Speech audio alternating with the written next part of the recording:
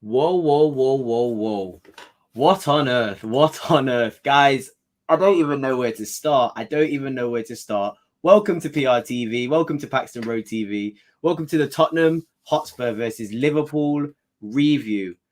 And my brain, as you can see, is still trying to process exactly what happened. Guys, I don't know what to say. Here with me today to talk about what the hell happened is my great friend and my number one supporter in staying positive and singing and making sure that you always fight until the end. Sid, how are you doing? Listen. Whew. I was there. I've just come back, literally just come back from the game. But let me first by saying, you know what, the result, fantastic. But the atmosphere today, again in that stadium, I've just got to say, the fans are out in force.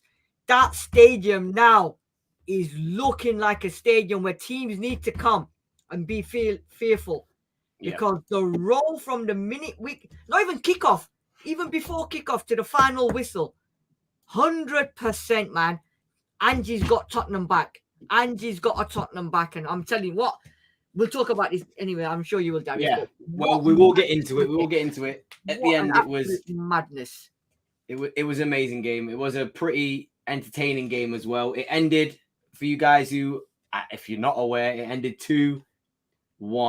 How on earth we did that? I will never know.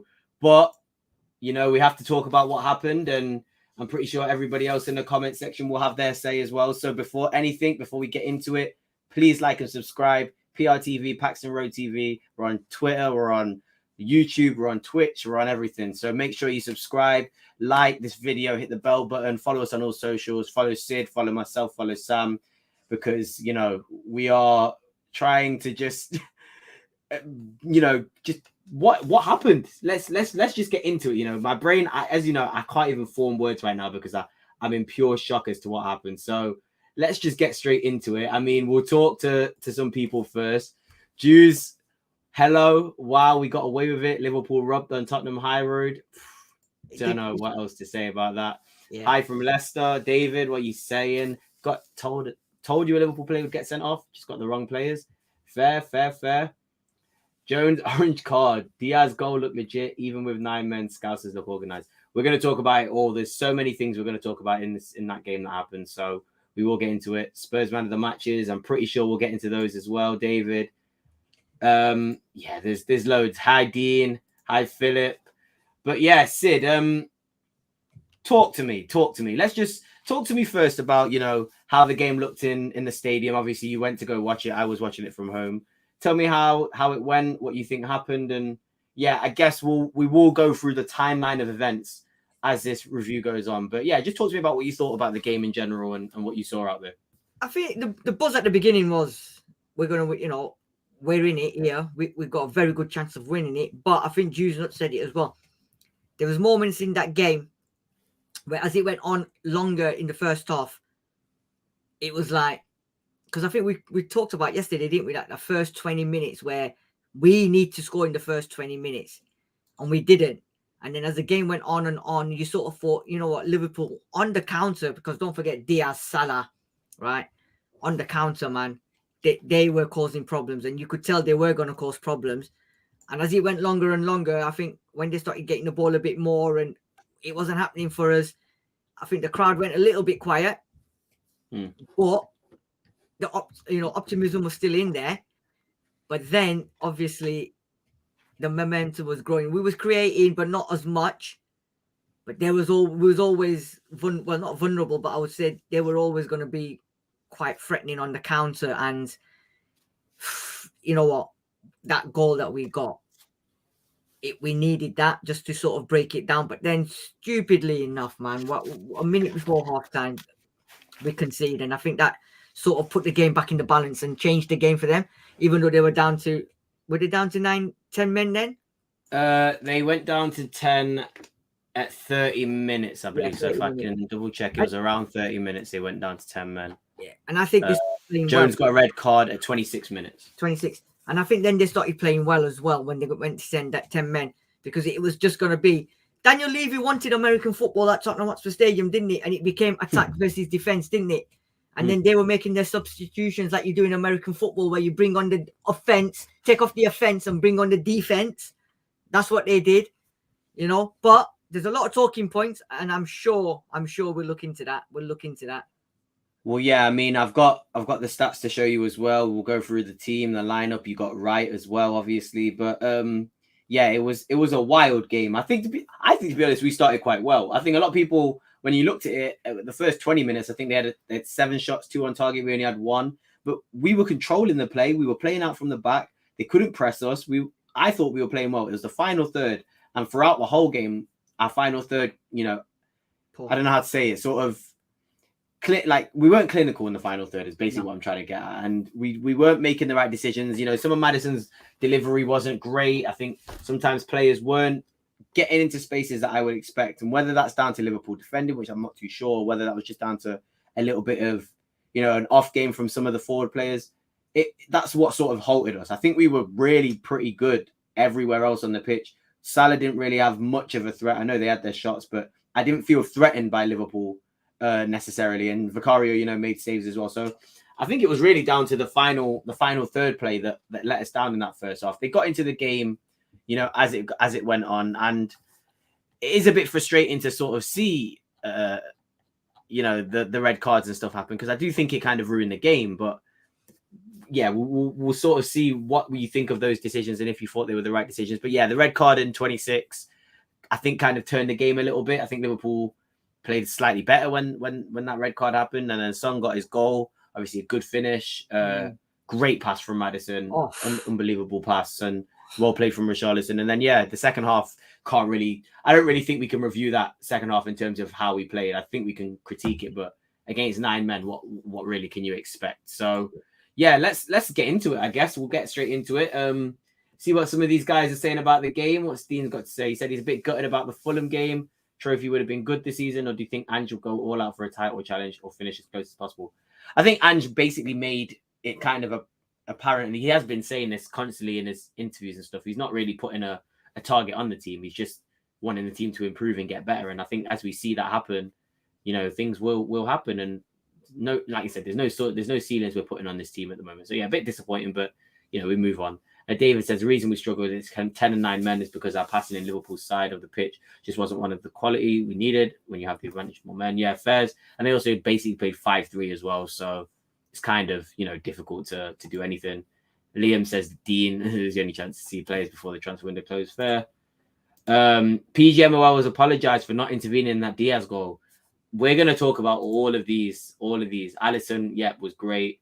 Lack of concentration minutes before. Yeah, there was a lot of things that, you know, we could really get onto, but let's get into it. You know, we went through these stats, as he said. Didn't look very pretty, did it? It was 4-3, 2-1s, 1-1, 2-2, no wins, nothing. You know, Salah scoring 2, Jota scoring. It was horrible. We weren't enjoying the preview, were we? But you know, you looked at the games that had gone, Sid, and you thought, draw at Arsenal, maybe we can actually do something here. And Liverpool looked very scary. Then we looked at the stats. I think, again, stats really proved how the game went. Cards really made a difference. But both teams wanted to attack. Both teams wanted to create. And did we go for this lineup in the end?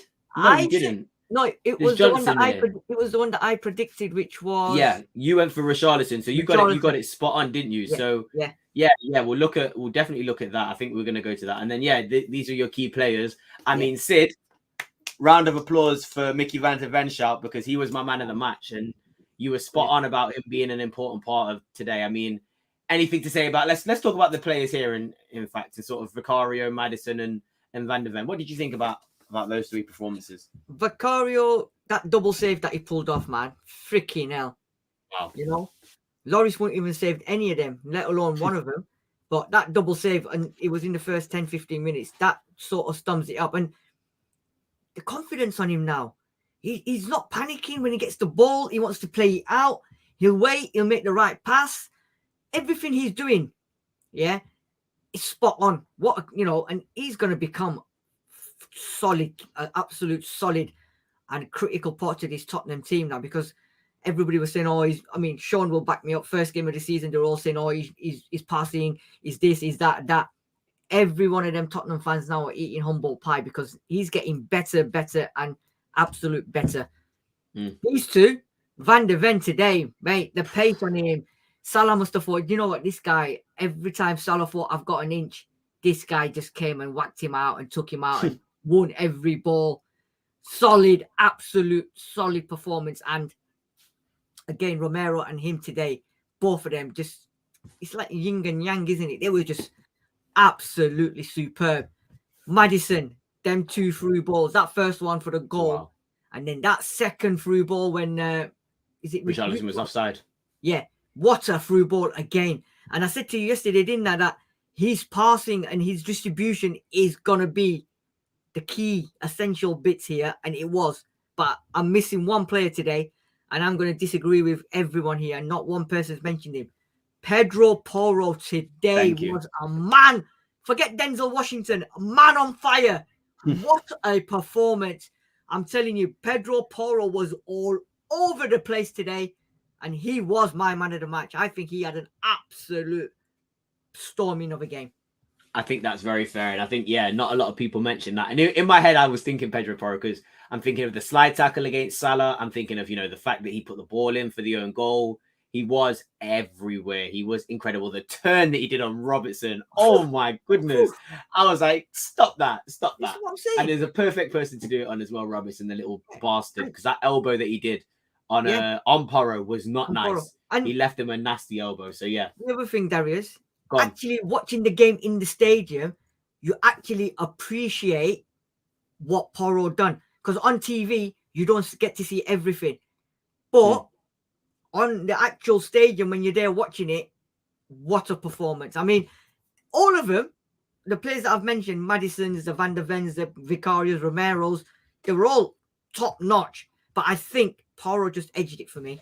And that's completely fair. Completely fair decision. Going forward, going back, a lot of people have really, not got onto Porro because he's played well. So people haven't really gotten to it. But, defensively, a lot of people have been questioning, is he good enough to play in that role? Are we compensating, defensive quality for his attacking prowess? At the end of the day, he put in a solid performance. And I know there was red cards and I know there was, difficulty for Liverpool to really make any attacks. Despite that, they still played pretty well, to be fair. And we'll get onto that. But yeah, Porro was immense. He was absolutely immense. So yeah, as you can see, Tottenham 2, Liverpool 1. Doesn't even feel like 2-1. I didn't celebrate. I'm so happy we won, and some Liverpool fans, I'm just glad that they've shut up now because I'm pretty sure I remember a Jota high boot that should have been a red card last season. I'm sure. Yeah. And even as far as nothing will ever make up for that Sissoko decision in the Champions League final. We'll never ever live that one down. So yeah, life comes in full circle for you Liverpool fans. The only people I feel sorry for are the Liverpool players because they worked their absolute asses off. They were all to a man. They were incredible. So credit to the Liverpool players, but 2 fingers to Klopp and 2 fingers to the Liverpool fans because I don't really care. You got it. You got what you deserve. Yeah. So here's a lineup that, was the lineup, the one that was predicted by yours truly, Sid.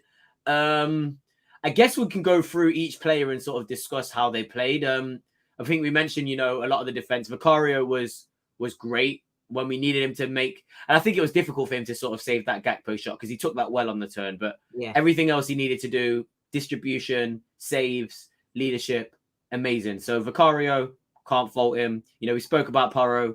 Your man of the match, I'd probably say my second or my man of the match was amazing. Udogie, again, even though he got a yellow, I think he locked up Salah. I said he was going to lock up Salah, and I think he locked up Salah. Salah had a couple chances.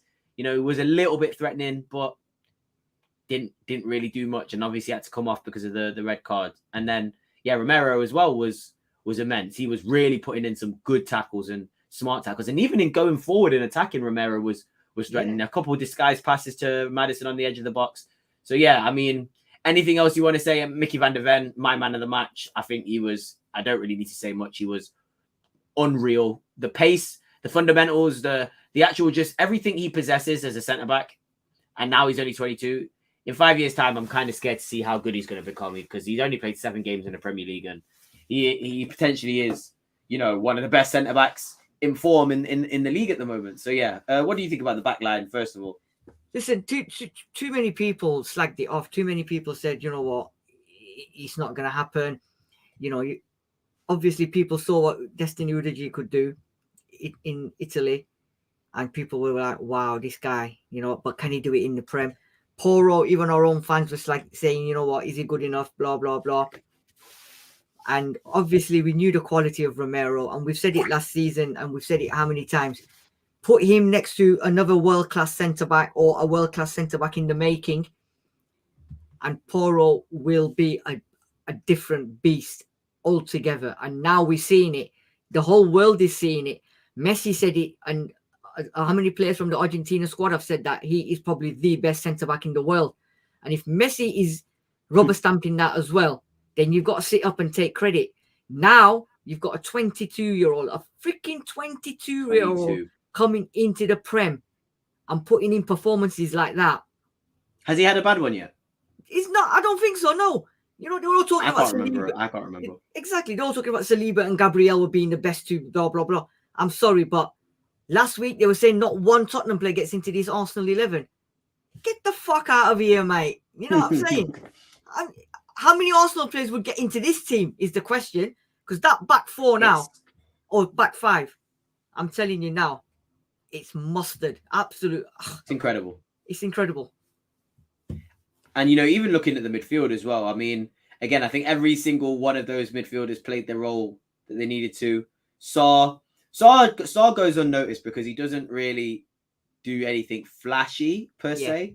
I mean, Basuma's flashy because he can half turn in his box, break pressure so deep in his own half. It almost is like, wow, it is flashy. And Maddison has proven many, many times this season why he's probably the best midfielder in the league at the moment. But I mean, Saar just goes under the radar for me. He was solid again, nipped things in the bud when he needed to, a little bit rash with his shots and distribution. But again, I don't fault a player for shooting. We needed to shoot more, because of the banks of 4 that they were playing and bank of 5 that they were playing in the second half. So yeah, midfield again, Sid, I think were amazing.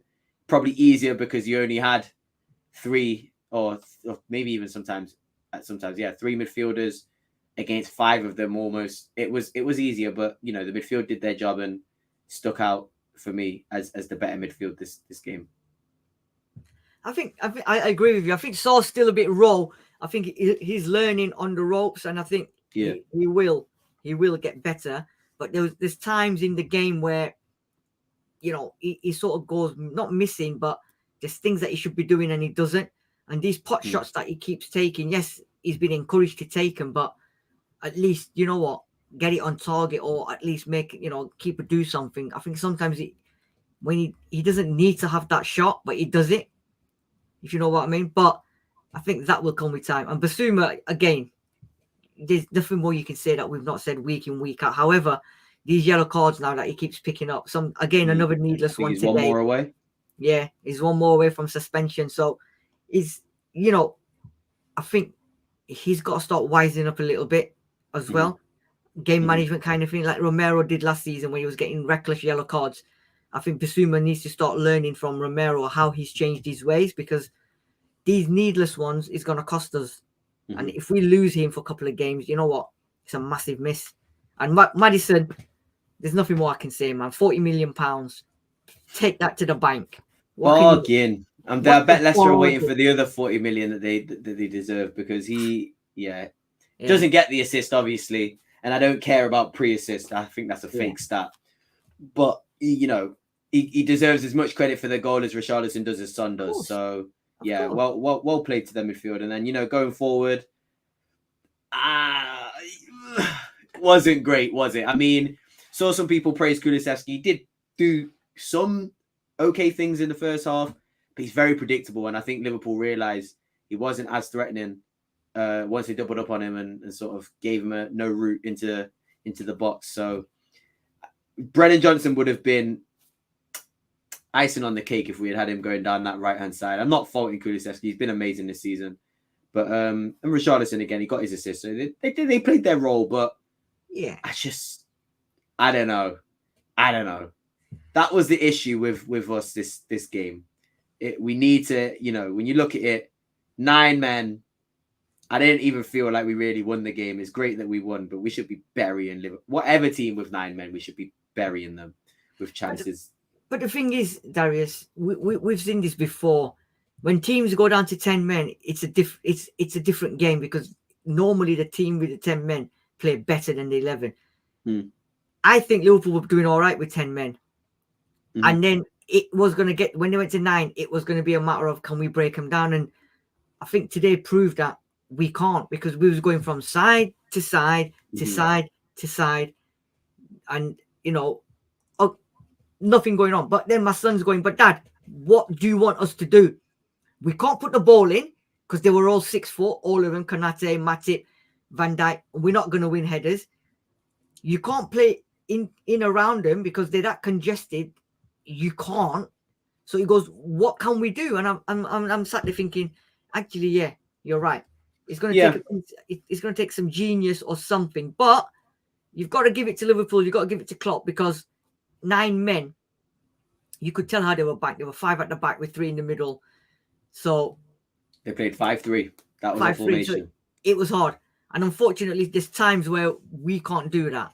We can't do that. And we can't break them down, because we're trying to do that intricate pass or do this, that special bit of magic. It doesn't work. Solomon Kulu just kept running. I mean, Kulu, I don't know. I'm still not convinced yet he's back to his best. He huffs and he puffs, but when he needs to do stuff, he doesn't. He kept coming back. And then we're going to get into this argument. People were saying, yeah, but what could we do? I think Solomon is a one-track pony. I think his final distribution is so poor. It's so poor. But you know what? We got the win. But it's not a bad option off the benches. I don't think he's going to fight his way into that starting lineup. I still think, personally, I would still maybe look at getting a left winger. Yes. I think we've got enough strikers coming through now to, maybe give one of these kids a chance up front. Yeah.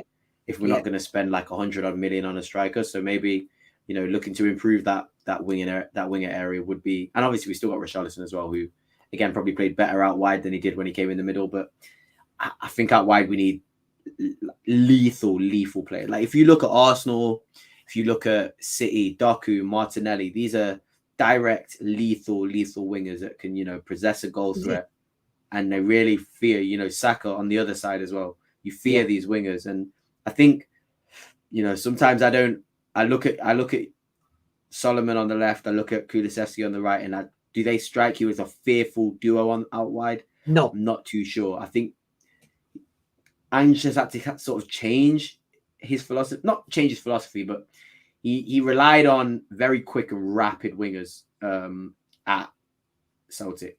So it would be surprising to see, a change in that area in the next coming season or two, because I don't think they match the profile exactly. I think Brendan Johnson's much more of the profile that we're looking for in that wide area. So it was good. It was fine. I ain't going to complain, man. We won 2-1. We won. We shouldn't have won the game.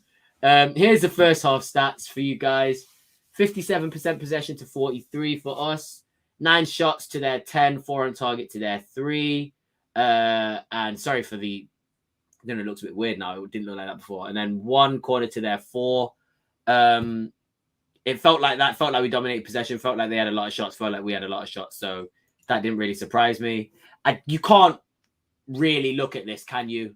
The second half stats, 74% possession, 15 shots to their 2, 4 shots on target to their 1, 10 corners. I don't really care about these stats. If people are going to start saying, oh, wow, we dominated Liverpool, I think I'll have to start saying, have some shame, because you should expect 30 shots against 9 men, regardless of the team you face. So yeah. And I'm not gonna lie, you know what? If we're going that way, then that 74% shouldn't be 74. It should have been in its 90s. When you're playing against 9 men, it should not be 74. It should be above 90. I'm sorry.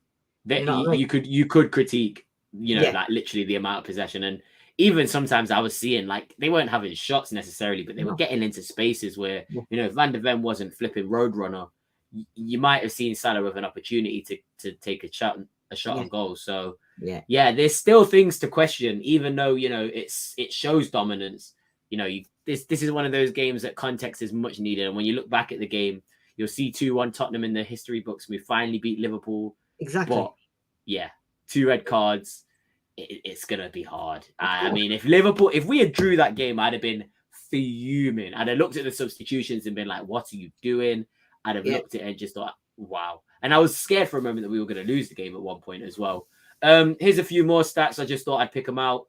I think it's to look at the expected goals.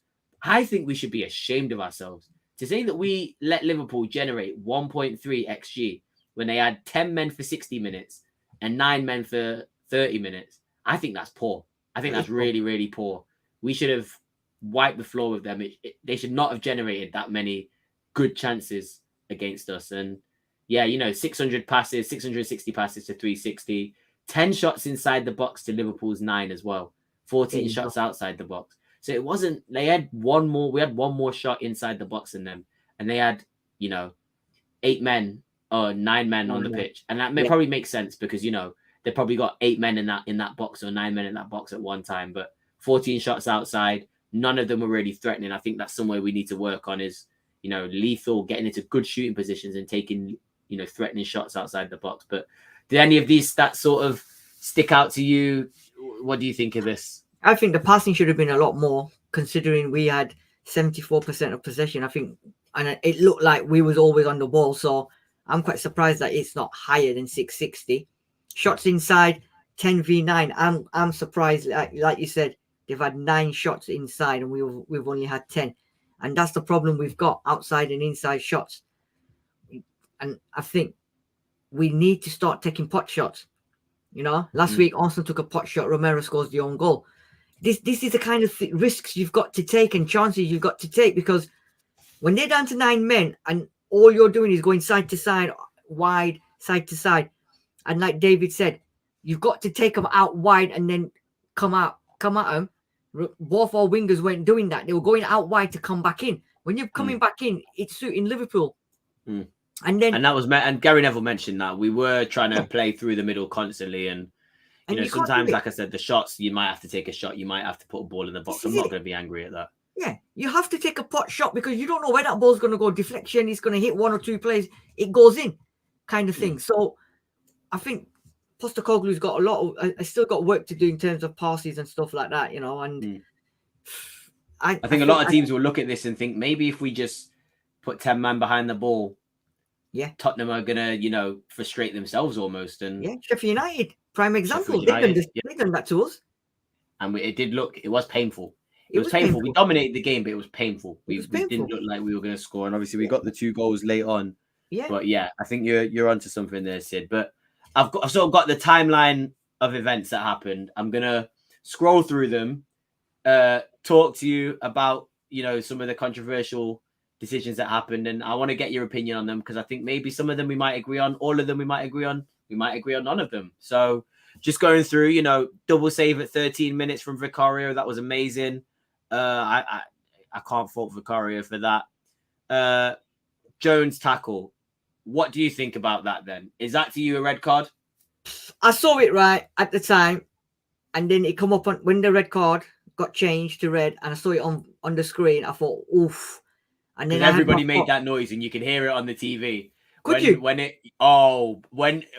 you watch it back, hopefully they show it on the on Match of the Day or whatever. But when they showed it, because obviously we didn't know that they showed it on the screens, but when it was shown on the screens, all you could hear on the TV was, oh, like everybody had done the same thing in the stadium. Yeah, and it was. Yeah, from when they saw that, I think you all started booing afterwards as well. Yes, so, and you got booed. Yeah, and then I'll put it on my phone, obviously, because you do Sky Go. And I was watching it and I thought, oof. And I watched it several times. And I done a Gary Neville, oh! But that is a dangerous tackle. Now, I've come home and they're all saying, well, you know what? I don't know, but I've heard a lot of people saying that it wasn't a red. And listening to TalkSport on the way home, and that idiot Man United supporter that's on there, he was as well. They're all saying, nah, it's a bit harsh. So let me ask you this then: if it's not a red card, you give him a yellow, but he broke his leg and Basuma's out for the rest of the season. It's You see for what I'm saying? me. It was a hard one because Gary Neville and Andros Townsend and Jamie Redknapp were trying to make the argument that he got the ball first and his foot rolled over the ball into Basuma's ankle. Studs are up, but he was, ball first.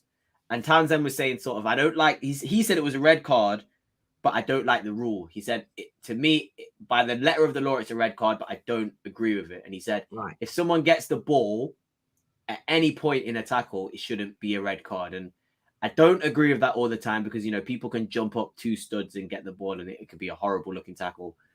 But I do think it was a red card because even if his foot goes over the ball, like you said, Sid, if he breaks his leg, that's a disgusting tackle regardless. Yeah. And his leg was bloody curled. Like it was curled up. It was bent. It was a bad tackle. Unfortunate that his foot rolled over the ball. In other cases that could happen, but unfortunately when you slow it down, it looked nasty. It didn't look good.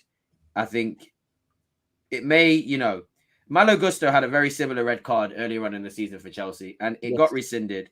And a lot of malarkey happened in this game, which probably will cause a lot of debate and maybe some, some statements and people coming out and explaining themselves. So it may get rescinded in the end, but I can't lie to you. To me, it looked like a red card, and I don't really think they can complain about it. If you know what I mean, if you see where I'm coming from, I thought it was a red card. I mean, everyone's gonna say, all Liverpool fans and everybody else is gonna say it's not a red. But do you know what? At the end of the day, it is what it is. Yeah, because they always seem to be getting. They always get, because they always say, "Oh, Spurs are gonna dive. We're divers. We're cheaters." Blah blah blah.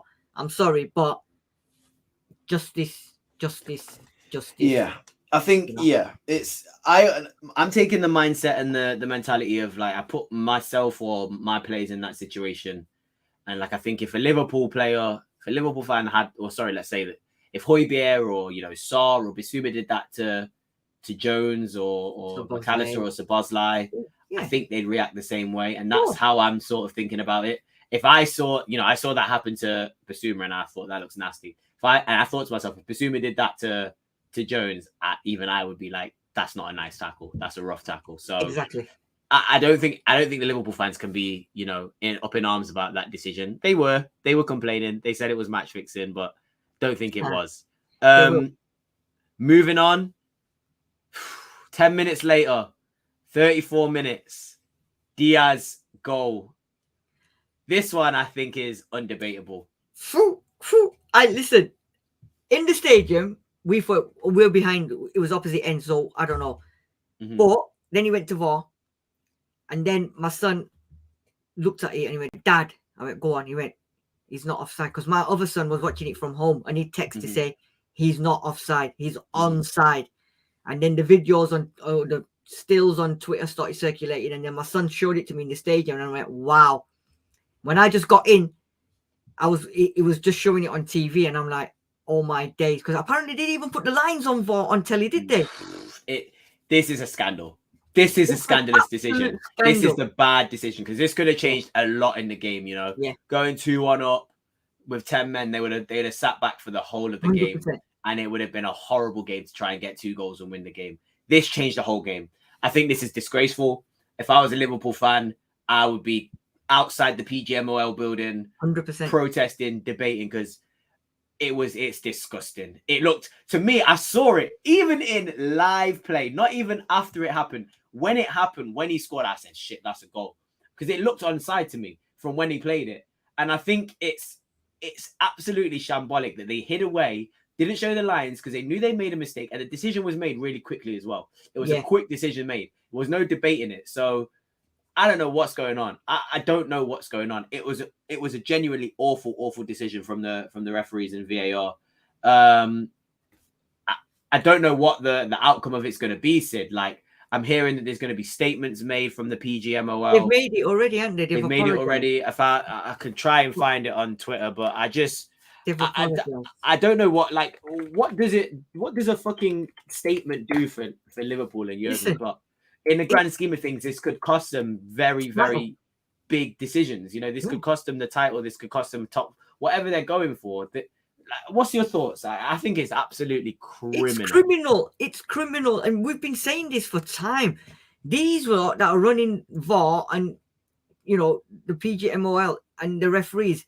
It's getting worse. The refereeing decisions are getting worse, and VAR is an absolute joke, right? And, you know, Saudi now are looking at these referees and paying them stupid amount of money. I can see a lot of these referees saying, you know what, see you later to the Prem.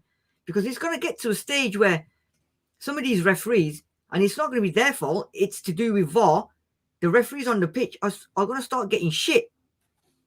Yeah? I mean, they deserve it. I don't know if they deserve it. That's the thing. I don't know if the refs deserve it. I think the ref had a poor game. I think he couldn't really control the game. Let me tell you something, Darius. I don't know if you remember this, but there's a film with Sylvester Stallone called Judge Dredd. He's a character. I have heard of it, yeah. Right. When there's crime in society, when there's crime in society, there's justice. Guess what? We're getting our justice back for that handball in the Champions League final. So, do you know what? We can talk about all these decisions. I can't give a flying shit. Yeah. We won the game. We've got the 3 points. Let them cry. Let them do whatever they want. I ain't bothered. We've got the points. And it's about time we got justice over these lot. Yeah. Because that handball was never a handball. So, yes, we can talk about it. But at the end of the day, mate. You're right. You are right. You see this in my hand? It's the smallest violin in the world, and they can do what the fuck they want. Yeah, you know what? That's so true. The only people I feel sorry for, like I said, are the Liverpool players because, you know, they bust their ass and, you know, you work so hard to try and get a point and things like that can really flip a game. But you know what? Jurgen Klopp can hold it. The Liverpool fans can hold it. You are right. Everybody who's telling me we are, like Jews is saying here in the comments, we are Tottenham. Sod Liverpool. You're so right. I don't care. 3 points, we're still unbeaten. The only teams unbeaten in the league now are us and those scumbags down the road. Exactly. So, you know, we're second place. Yeah. You know what? You're right, guys. Yeah. I would be disgraced, but we've had a lot of shit decisions go our way. It's full circle. The red card should have been for Jota last season. The handball in 2019. Get over it, Liverpool. You spent about how much money? Get over it. You'll be fine. They'll be fine. But here's the statement. Sorry, I'm just going to read the statement, then I'll let you... so it said, PGMOL acknowledged a significant human error occurred during the first half of the Tottenham Hotspur v Liverpool game. The goal by Luis Diaz was disallowed for offside by the on-field team of the match officials. This was a clear and obvious factual error and should have resulted in a goal being awarded through VAR intervention. However, the VAR failed to intervene. PGMOL will conduct a full review into the circumstances which led to the error and will be immediately contacting Liverpool at the conclusion of the fixture to acknowledge the error. Whatever that means, I don't know, Sid. Sorry, what were you going to say, my friend? I was going to say, Liverpool fans, on the way home to Merseyside, on the trains or on the cars or whatever, all they need to do is listen to "Too Late to Apologize." It's too late. It actually is. It is what it is. It's done. It's done. The decision's been made. What is an apology going to do? Nothing. They fucked up. Don't bother trying to take our points back either. Exactly. Don't want to see you trying to take our points back. No way you can do that. You've done it. You've done it. You've done the crime. You've done it. It's too late. Who gives a shit? It's done and dusted now. What are you going to do? You can't bring it back. You can't replay the game. We've won the game. We've got the 3 points. We move on. Move on. David Clark says I'm talking bullshit about the referee having a bad game. Where's my proof that he had a bad game? My eyes show me he had a good game. I don't know. Your eyes may deceive you. I don't really think he had a good game. I think referees have to control situations. To me, the Udogie foul wasn't a foul. No. Jota is not intending to foul him, and then that's led to the red card as well. But again, I think that is the referee sees what he sees at that time, and he deems what he thinks it is. That Udogie one, right? He got the ball first. It was never a yellow card. But then there was a few decisions in the game where he could have completely lost the plot, and start giving yellow cards and fouls to Liverpool and that, and he didn't because he thought, you know what, it's not a foul. So I personally think the red cards, he deemed them to be red cards. I don't think he had a bad game. I think he reffed the game quite well, to be fair. But unfortunately, even if he had a good game, that red card is going to come back, and that's all they're going to talk about, and they're going to say bad decision. But again, Basuma, you know what? It is what it is. I think it's hard. Yeah. I would probably look more to, let's not say the referee then. I would probably look more to the VAR decisions and stuff. Yeah. But it all goes hand in hand, I believe. So yeah, maybe right. But to me, I think some of those decisions, I think at the end of the day, it's hard for me to really judge anybody and the performance by anyone when there's 9 men on the pitch. I think sometimes you have to make the decisions. You can't, let the game go on. Some referees do that. Some referees will let, things that are fouls go on for the good of the game. The Jota one, it leaves a sour taste in my mouth for the win. Do you know what I mean? I want to really be happy, and I'm over the moon. But I was just like, I don't know. The win didn't. It was weird. I felt weird. Okay, that first yellow card, apparently I've been told it was not a yellow card. But then why on earth, as a player, within 5 minutes of getting booked, are you then making are you making a tackle? You know what I'm saying? So true. So true. If you've already been booked, it's called game management, or whatever. Why are you then going to make another stupid tackle, right? Already on a yellow. What are you going to do? Is the referee going to say, come here, mate, come here? Don't do that again, young man. You know what I mean? Yes, the first one wasn't a yellow, but you've been given it. Deal with it. Don't make another stupid tackle. He's done it. If that would have been Romero, or if that would have been Van der Ven, or any one of my Tottenham players, and they done that, I'd be crucifying that player to say, what the hell are you doing? You've just been booked stupidly, right? Or not been booked. Well, you've been booked for a decision that you shouldn't have been booked for. Why on earth then have you gone and made a stupid tackle to get a second yellow? You see what I mean? I hear you. Yeah, so you know, it works in both ways, man. And at the end of the day, I've got no sympathy for Liverpool because I get so much stick from all their fans, right? They've been talking a lot this season. Always calling us cheaters and shit like that, yeah? Deal with it. We're beating them. We've got the 3 points. We're second in the table. I couldn't give a flying fuck about anything else. We're unbeaten. So, Jota, yellow card or red card? The second? Do you think he should? Do you think he should have had that yellow card for that first one? Listen, I've been told it wasn't. I didn't see it properly, and they don't show you the replay in the stadium. I've come home and I've been told it wasn't, and I've just given you my reasoning. If it wasn't, you've got it. Okay, fine. Get on with the game. Don't go and get yourself booked again. So, you know. And to be honest with you, you got to look at. We can't. You can't look at refereeing decisions and whatever. I still think. No. Even if we had the 11 on the pitch, I really do think we have to start being a little bit more ruthless. Yes. I think it made it more difficult to take our chances when it's never going to be easy when there's 9 players in the box to get a good, clear opportunity on goal. And I do think that 11 would have made it easier in a way to, have more space on that pitch because Liverpool would have taken more risks, obviously, with more players on the pitch. But we have to look at ourselves to improve.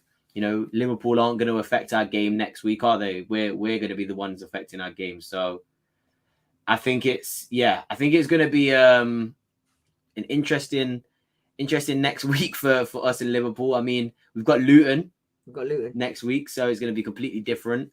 I expect nothing but a win in that game. So yeah, hopefully, we can go into that game with confidence now that we've got a win. Unbeaten, Sid. The table, as it stands, let's have a look at the table. I can't get it up for you guys. I'm really sorry. Wait a second. Manchester City played 7, won 6, 9, 18 points. Yeah. Tottenham Hotspur played 7, won 5, 17 points. Arsenal played 7, won 5, 17 points. Liverpool played 7, won 5, 16 points. And then Aston Villa played 7, won 5, 15 points. Goal difference, City 12, Tottenham 9, Arsenal 9, Liverpool 9. So here we are. I don't know if you guys can see that very well, but as Sid says, we are second place right now. Let's see if I can.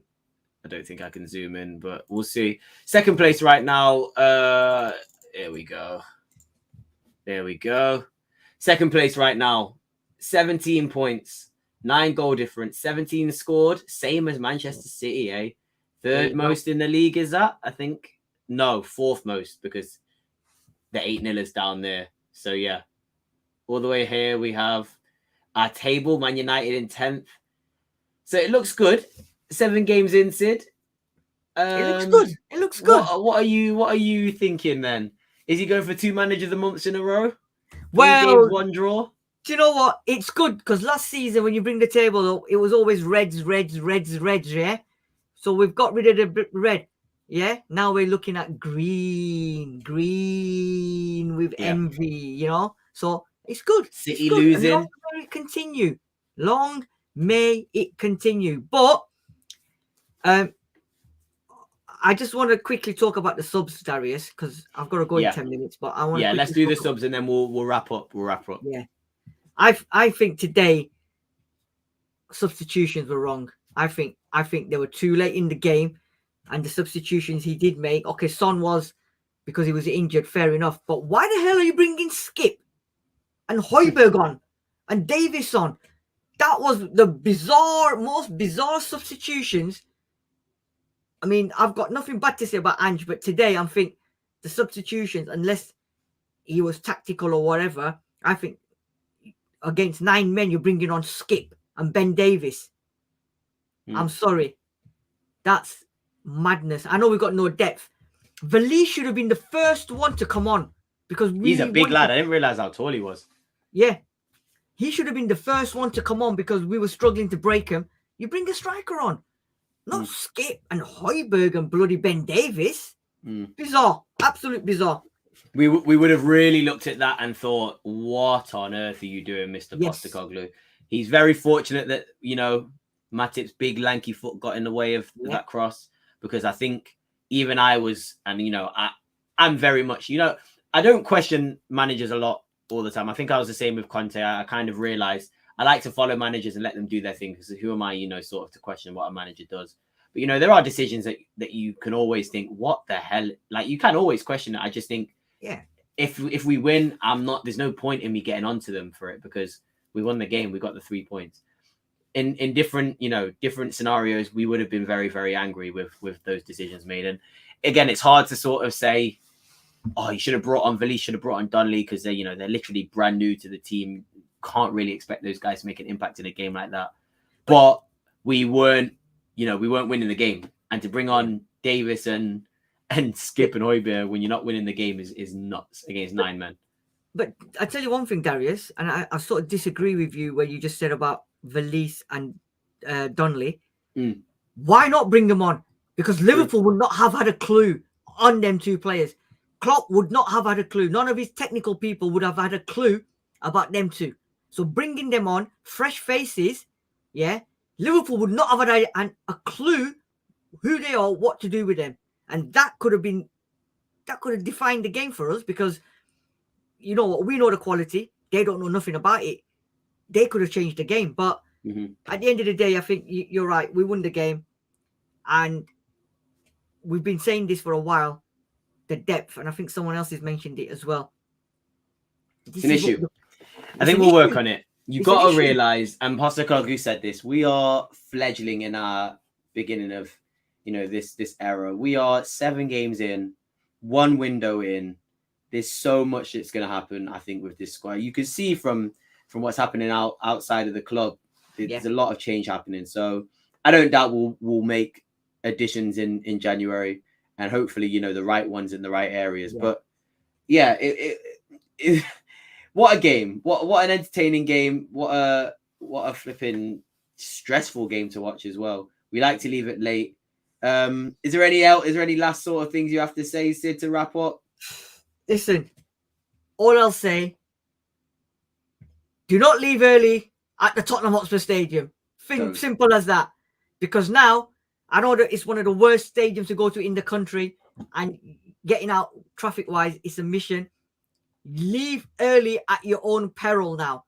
We stayed for the Sheffield United game. We saw it. Today, we didn't think that Spurs were going to break them, so we left. As soon as I walked out of the stadium, you hear it?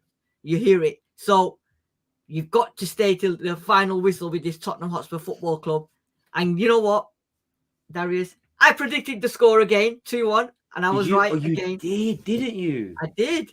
Wow. And all I can say, my final words is: listen, 7 games in, we're second in the league, 2 behind Manchester City, unbeaten. Who would have thought that? End of last season under Conte, beginning of this season with a brand new manager, brand new team almost. Who, hand on heart, would have been second, unbeaten, 7 games in? It's Me crazy. for one, never. But long may it continue. Yeah. Come on, you Spurs. I'm telling you. We've done amazing, boys. Come on. We have done absolutely amazing to and some of the games we played again. Arsenal, Liverpool, Man United. 7 points. I think Juice put it 7 points from 9 against the Big Six. Yeah. I can only hope this continues. I think we are one of the better teams in the league. We are definitely one of the better teams in the league. And this is only the beginning of what is a really exciting time at Tottenham Hotspur. So, join us on this exciting journey, guys. Please, thank you everyone for contributing. Juice, Terrence, Ed, David, Eddie, all amazing. I hope you all watched the game and had as much fun and excitement throughout. And I hope we all celebrated as we should have. And yeah, hopefully it's not as stressful next week against Luton. Hopefully we can go in and just enjoy the game and enjoy some goals. So yeah, thank you very much, guys. Thank you, Sid, as well, for joining me. Make sure you like and subscribe to PRTV, Paxton Road TV. This will be up for you guys to watch after if you missed out on the live show. But thank you for joining us live if you did. Hopefully, like I said, it'll be a lot more calm next week. And join us for Talking Points on Thursday. And Judge Jodie when she does her review for this game as well. So yeah, thank you very much. See you soon. Subscribe to PRTV, subscribe to Paxton Road, and we'll catch you very much soon. More development,